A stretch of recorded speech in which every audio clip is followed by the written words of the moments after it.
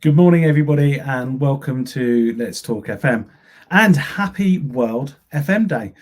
I just want to take this time to thank all of the frontline FM teams for all of your hard work during this pandemic. And you've done our industry absolutely proud. So thank you very much. Today, we are going to be talking around the subject of reopening our buildings and focusing on office space. And I'm joined today by Adrian Powell, who's the owner and director of Active Workplace Solutions and the IWFM Home Counties Committee member. Good morning, Adrian. How are you today? Well, I'm great, thank you. Yeah, very good. Getting used, well, we're all used to it now, aren't we? Yeah, exactly. Thank you for joining us today. I mean, it's been an interesting week. Lots of information coming out from the government, and they've set out their guidelines for different sectors about reopening their businesses. I actually think the start of the information that's come out has been very good, solid, and quite concise. I mean, what are your thoughts around that? Well, firstly, in terms of my thoughts, yeah, I agree. I certainly agree in terms of what was released or the more information that was released earlier in the week. I think a lot of us, in terms of business owners and my clients, were sort of really waiting for Sunday to arrive and for Boris to make a big announcement, which really left us feeling a little bit wanting more. But over Monday and Tuesday, I think there's been a little bit more meat around the bones, and yeah, I think we're starting to sort of see a picture, really. Yeah, I think I mean, I think he's good. I think he's put the emphasis on the employer to actually consult with their employees about their concerns and listen to them. And use their teams to influence the risk assessments and also some of the preventative measures that they will need to put in place. I mean, we all know that it's the most effective way of creating a culture that feels safe through collaboration, joint trust, and information sharing. And I think it was really nice that it started with that piece, because everyone is going to be worried about returning to the office space, and I guess the more interaction they have leading into coming back to that space, that is going to be key to them feeling comfortable in their mental health.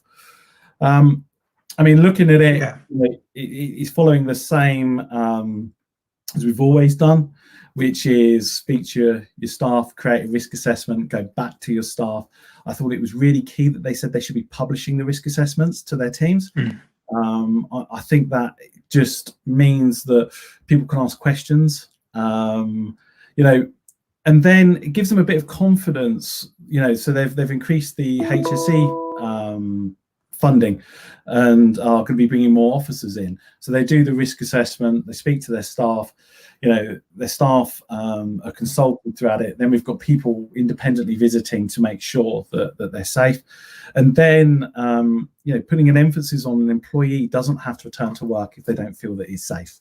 And then giving them clear guidance on how to do that. I certainly think agree, Adam, with the risk assessment. I think that this was the one thing we've all been looking for, because you can see that the employee and the employer, well, the employer might go off in one direction, and without consulting with employees, not getting their buy-in, not understanding their concerns, you could almost see an employer setting up an office or a space or whatever, and then expecting the employees to return after 2-3 months or however long it might be, and without an agreed common ground. This could really fall on its face. So definitely agree with you there.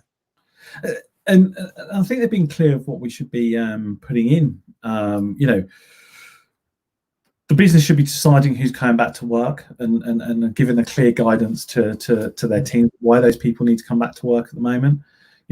How those people should be getting to and from work. Social distancing being a massive key in it. That's why we're here today, to talk about the design and implementation of that into the workplace, especially through those pinch points, common areas, lifts. There's a big area there. We know that they've got to concentrate on cleaning. So there's a lot to go through before that first employee actually steps foot within the building. So I think the reaction of turning to work on Wednesday, I think we're seeing those businesses that have still been open in some way returning back, and I feel that we're seeing the people now that haven't had their businesses open just starting to consider their plans. And this works into you, because obviously your customers are coming to yourself for your advice and guidance. What are the probably the top 3 things your customers are approaching you about today? Firstly, you say about it'd be interesting to see the businesses that have been open through this period, how now this guidance has come out, how they're going to flick the switch to make sure that is in place, because they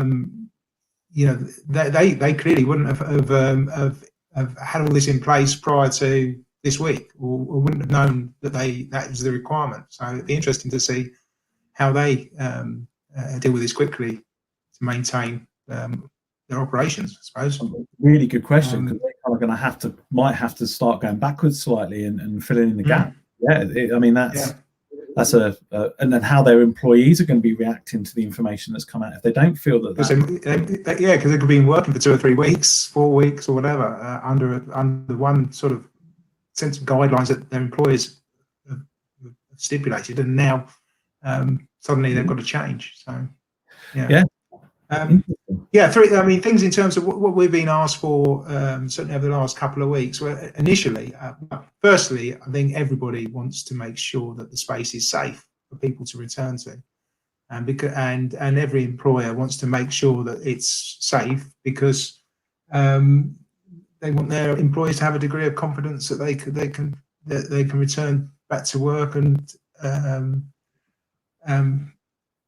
when they've been asked to be away for so long, and the message that's been put in place by the government, everybody's going to be a little bit concerned. So firstly, our clients, in terms of the organisations and the companies we work with, their first thought is making sure that the space is safe for their people to return. And what does that really look like at the moment? Well, firstly, I think people in our sector have had to suddenly become world experts in acrylic screens.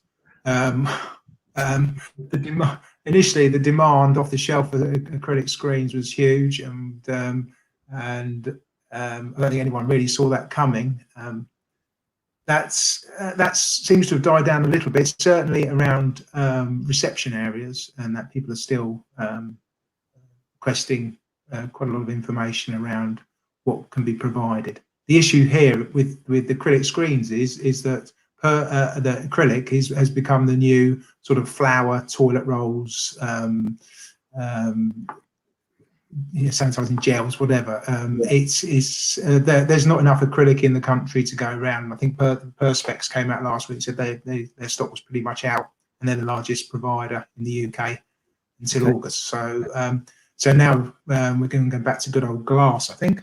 The other thing that really, the big thing is social distancing in the space, and employers, certainly the senior management teams want to know how many people they can be able to get and fit back in their buildings.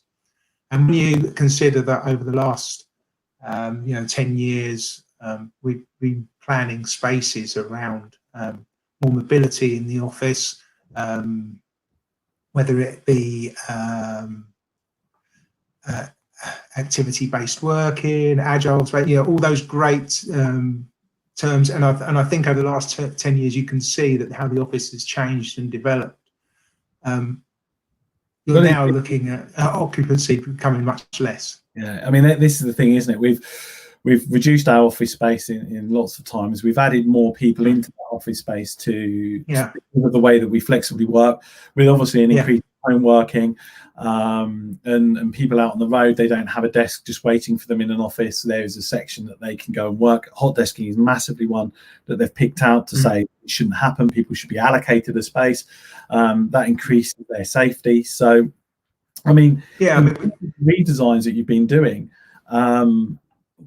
I mean, how would you equate the percentage of space that's being lost from the working that you're doing? The first thing we had to consider was the guidelines that we had to follow, which was a little bit, well, depending on which set of guidelines you followed, gave you different answers, because you had the World Health Organization still stipulating, and they still do today, if you go onto the WHO website, that social distancing of 1 meter is sufficient. So clearly, if you do or re-space plan or replan a floor considering their guidelines, not a lot changes, because if you can't keep a distance of 1 meter, then you're pretty much in your face, aren't you? So so that didn't change. Then you had what's the Public Health England saying, which is on the new is on the guidelines there in terms of 2 meter social distancing. The BCO, I think, were slightly different guidance around walkways. So whereas I think Public Health England, we were allowing for people sat on the end of a bank of desks next to a walkway, then they were going to be within 2 meters of someone walking past. The BCO was saying, well, the chances of infection of somebody walking past you at that time is pretty minimal in terms of a risk. So we can sit people on the end. The other thing to consider was when you're looking at the social distancing, the 2 meters. Now, is that a 2 meters radius or is that 2 meters diameter around that particular desk? Because some companies were saying it's 2 meters. So if I'm sitting here 2 meters away, is the nearest point. So we wanted 2 meters in terms of a radius. Yeah. But then if you have everybody with a 2 meter radius, then that's works out 4 meters. So there was different people's, the way people perceived the guidance, and there was different guidance. But overall, we're seeing a drop in occupancy to anywhere between 30 and really 50%.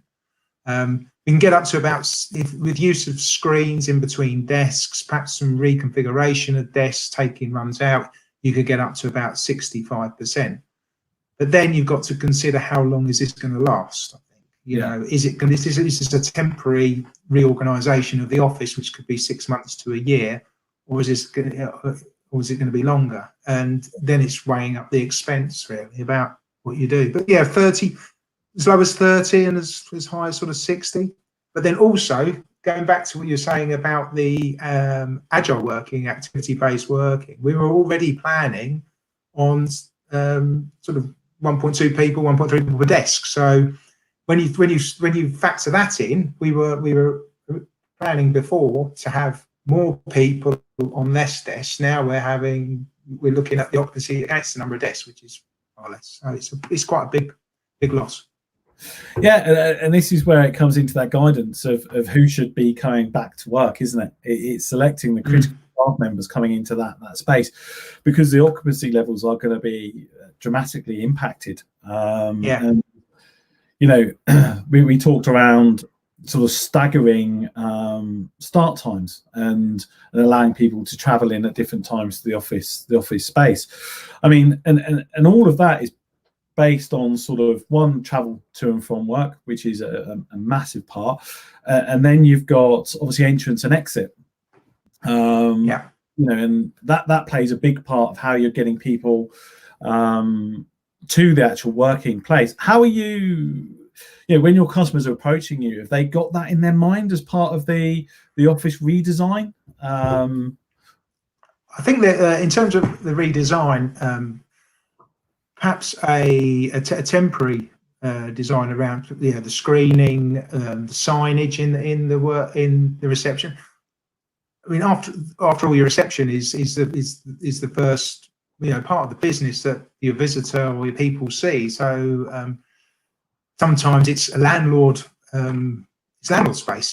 People share the receptions with other companies. So it's the landlord takes control of that. Where we're talking to clients who have their own receptions, they're looking at perhaps either repositioning the desks, putting automatic opening onto, looking at how they can automize doors, so less touch points around the reception.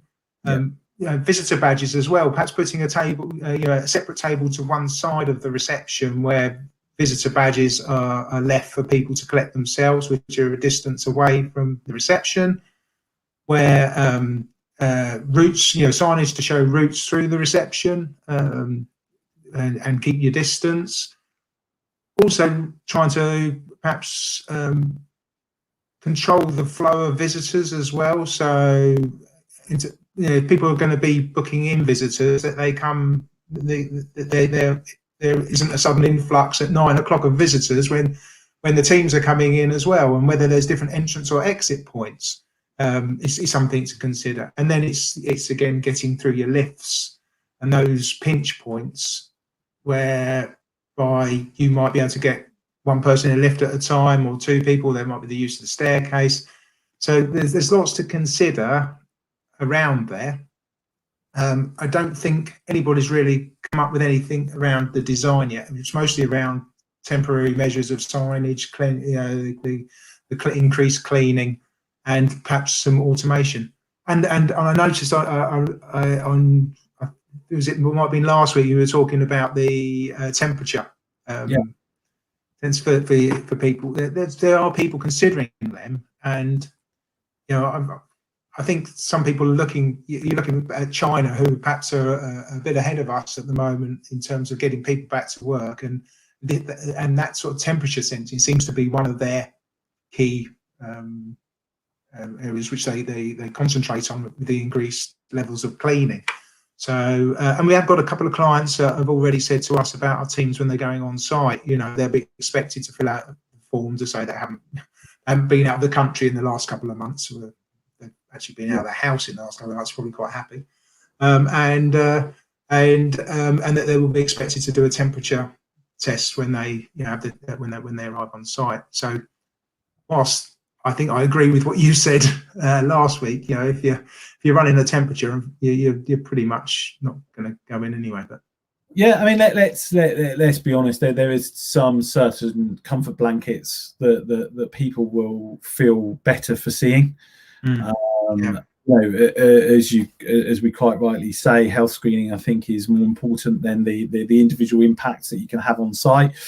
One of my questions I posed the other day is the government going to allow anybody to access the track and trace app and link that into any business opening system that gives them a clear guidance of anyone that's been asked to isolate, and then they can refuse entry early? I mean, there's a lot of talk in those areas, and I don't think there's a right or wrong answer. I think consulting, as we go right back to this, starting with your team, is they will tell you whether they think it's the right thing to have. I think it's a stark realization. It's not in any guidance to say that the business is putting this in. There is a lot more important things to be done. We were talking about cleaning the other day. People are talking about enhanced cleaning. And enhanced cleaning they've given to more people and more cleaning, where again it should be, what is the risk, how do you implement it, what products are you using? It doesn't mean just putting more people in, because more people in increases risk. And this is where government's guidance talks about visitors. If you've got a good office structure, you've talked about the risks with your team. They're all working in shift patterns. The cross infection is going to be a lot less. We've companies are running A and B teams. A team comes in at one time, they all leave, they clean it. The B team comes in, and so they can keep their businesses. The risk of their business being closed or loss of staff is less. You add visitors and you add contractors into that, because these buildings do still need to be maintained. That adds increased risk. And when are they going to do their work? And this is where the risk analysis we talk about and is key. It's one of the things that's come up the other day, and I don't know whether this is right or not. And maybe there's an expert out there in this that can help us and happily send me the information. But obviously air movement and air quality is going to be a massive thing in offices. And let's be honest, we can go into the technical, but it's get the contaminated air out if it should be contaminated, and get fresh air in, and dilute as much of the contamination as if it's there as possible. Now, the extraction locations of your fresh air system are where, if you've got any contaminated air, that's likely to get into the system or likely be pulled out of the building. So one of the questions was, are we in design taking in the extract areas? Because if you're sat in an extract area, does that increase your risk? I'm not an expert in that, so I'm not going to say that. Neither am I. But have any of your customers brought that up with you about the design of their offices yet?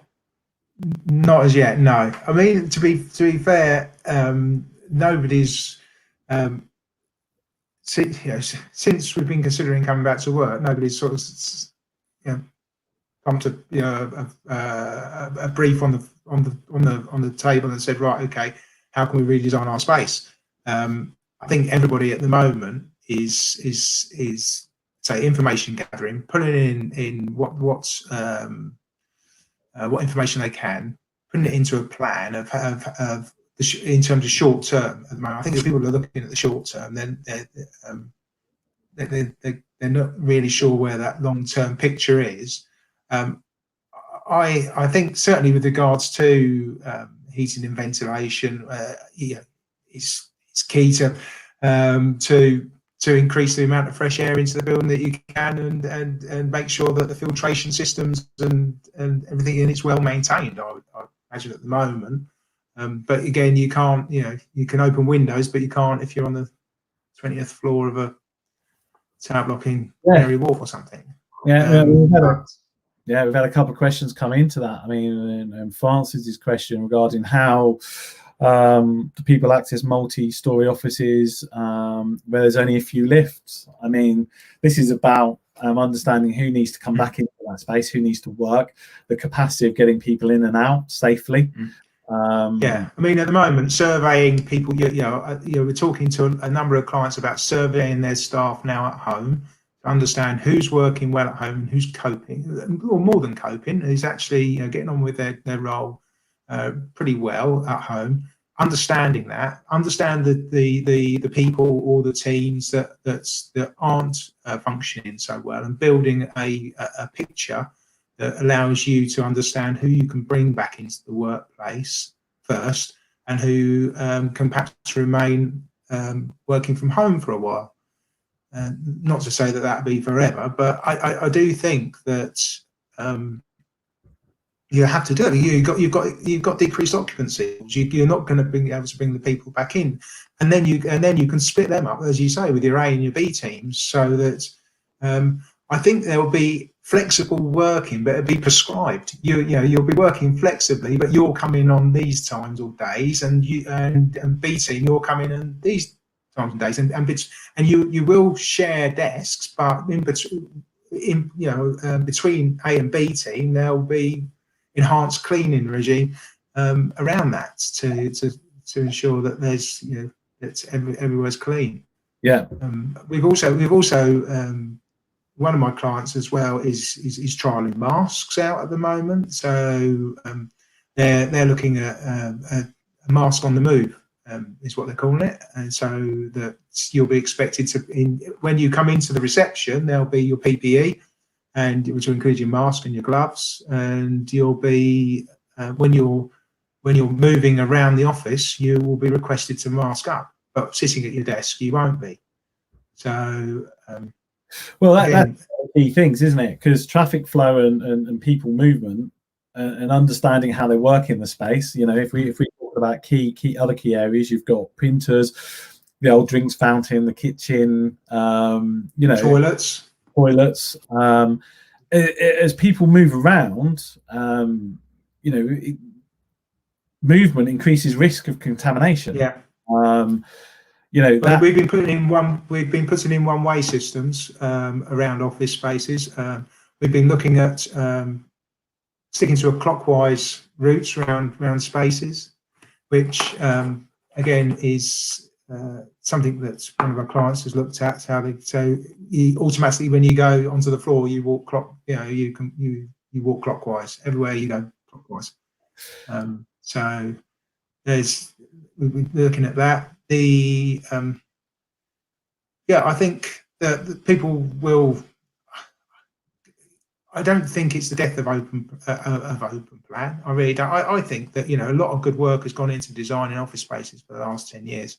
Yeah. I was thinking to myself that once restrictions get lifted, we as a human race and as people, we tend to resort back to back to where we were. And I think there will be changes and there will be things that we'll learn from this. And I think there will be a greater amount of people who can do their job from home, and they will want to. But conversely, there's other people that they can't. They've got the kids running around. They're in a bed sit with 3 other people, and there's lots of fors and against. But I think it's, to me, you get done for speeding. You get for the next couple of months, you drive very, very carefully. You do your speed awareness course. And the speed camera goes, and then someone takes that speed camera down, and over a period of time, you resort back almost to where where you were. Well, most people do.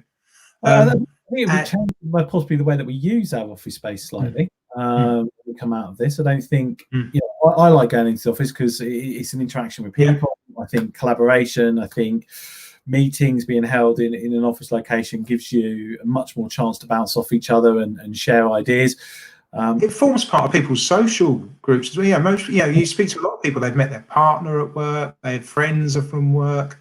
So I think we're in an enforced position at the moment, and we're all saying, right, this home working is great. But I do think that I think people will be able to do more in the future. We'll work more from home for concentrated work, a desk-based position.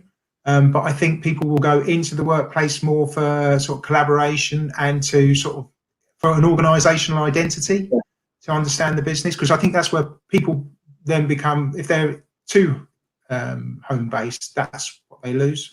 And I think that leads on to Rachel's question. Do you think the office culture resumes? It will turn to a 90s style, few cubicles rather than pre-COVID open? We can dig out all that old Herman Miller Ether Space furniture and pop it all back in again. I mean, I think a lot of good work's gone around office design over the last 10 years. I think it's some fabulous spaces. They work really well, but I think there will be some changes. I think around desks. I don't think we'll see some organisations where they just got banks and banks and banks of desks, and you'll be expected to come in and sit at the desk. I think they proved now that actually organisations, on the balance sheet or on the P&L, normally property is right up there. Is probably second to people. So especially at the moment with the economy, the businesses will be looking at their property, and if there are ways that they can save money, then they obviously will. And if they think they can get rid of half of their desks, and some people can do their concentrated work, desk-based work at home, and then come into the office for the collaboration piece and other bits and pieces, then they will, I think. But it will happen over time. But I don't foresee us all going back into cubicles. I think it goes into that question, isn't it? We're going to partition possibly some spaces that are more difficult to offer the social distancing as a mitigation of the risk, and as long as the people are happy to do so, we can create that kind of protective bubble, I guess, within that space. That has other connotations. The minute you put something in, it needs to be cleaned, so that means your cleaning becomes more. So it does have a knock-on effect. But let's all hope that we're not stuck in cubicles for the next sort of longer than necessary. And then just want to get through. So Michelle does the installation of air conditioning units and cool offices, temperatures, improve airflow and air quality, and make the office environment safer. Now, I think there's a a slight confusion in this area. Not all air conditioning units add fresh air into the office space. You have to assess what you've got installed.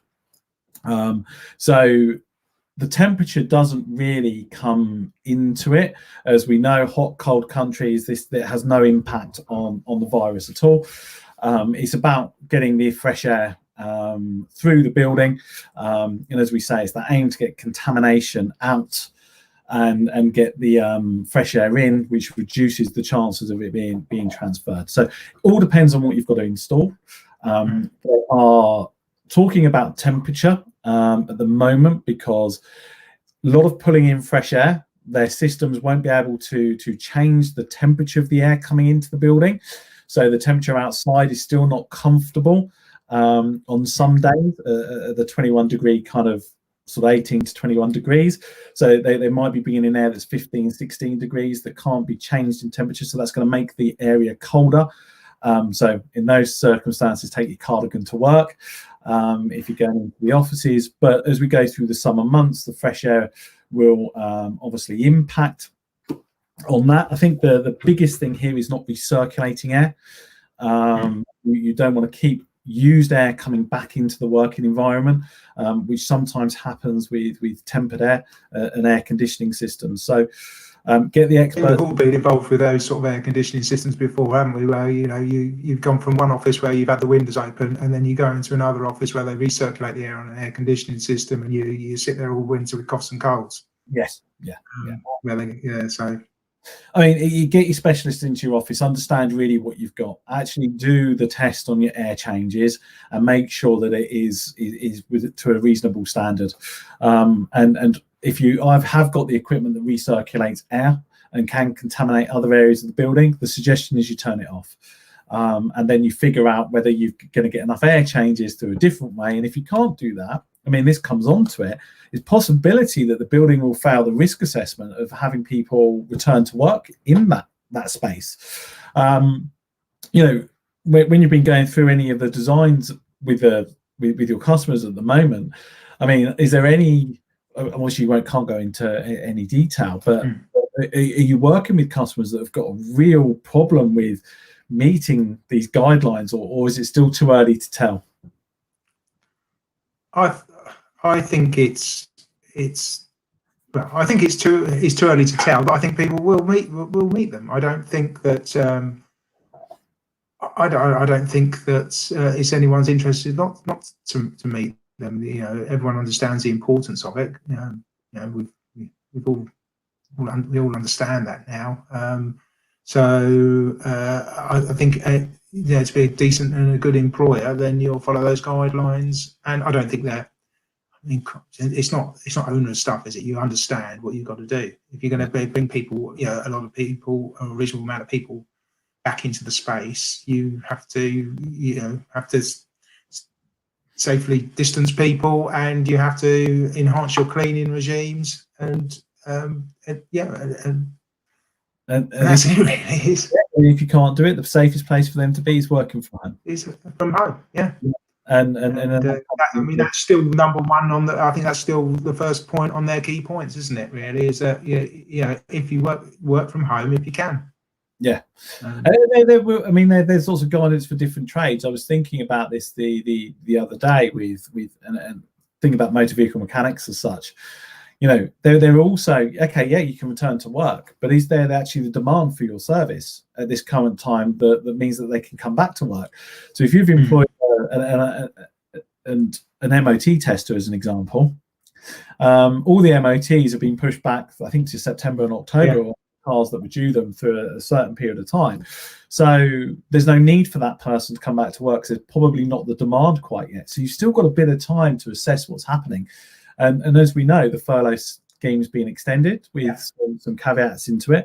And I do think that the businesses should be taking advantage of that scheme to make sure that anything that they do is safe, it's considered, it gives them time to consult with their staff and move forward.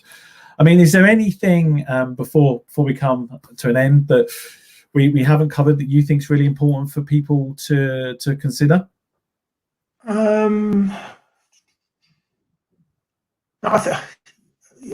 If anyone's got any questions or concerns, you know, we like most businesses have put together, you know, a document that covers sort of 8-10 of those sort of risk areas and how they can be mitigated and what we can do. We're like any small business at the moment, whereby we've had to be a little bit nimble, react to things quickly. We are a business that's been, you know, always been known to sort of morph into what our clients sort of ask us to do, and this sort of situation has really led to a lot of morphing, really. So we've come, you know, we have a, yeah, we're now supplying a number of different services and solutions and products to try and support this, to help clients come to one place, really, to get it all done. So and we're learning, you know, and it'd be foolish for me to say we've got all the answers, because we're all very much in this learning as we go, and seeking guidance and reading and trying to keep as up to date as we possibly can. And this is the thing. Every person has a different risk to themselves. Every office space, every journey, they're all different. That have got to be taken into account. You know, as the guidance says, we can go through the guidance, but there's a lot to consider in there for businesses before they reopen. Yeah. And as you rightly say, that we don't know the full impacts of this virus. We're not experts in that. We're taking the information that's given to us and trying to best advise people on the safest way of somebody getting to and from and working in a location. And that's why over the next few weeks we're going to be bringing on different people onto Let's Talk FM, just to keep sharing ideas. And Adrian, some great stuff from you today that's really useful, so thank you so much. Thank you for having us on. No, thank you for giving up your time. Next week we've got Jackie Fury lined up, director of Where Workplace Works, and the Workplace SIG for the Institute of Workplace and Facilities Management. So another person we're just going to be talking to about their thoughts behind reopening workspaces and offices and different sort of locations. So thank you everyone for joining today. Thank you for your questions, and see you all next week. Thanks a lot. Take care. Bye. Cheers. Bye-bye.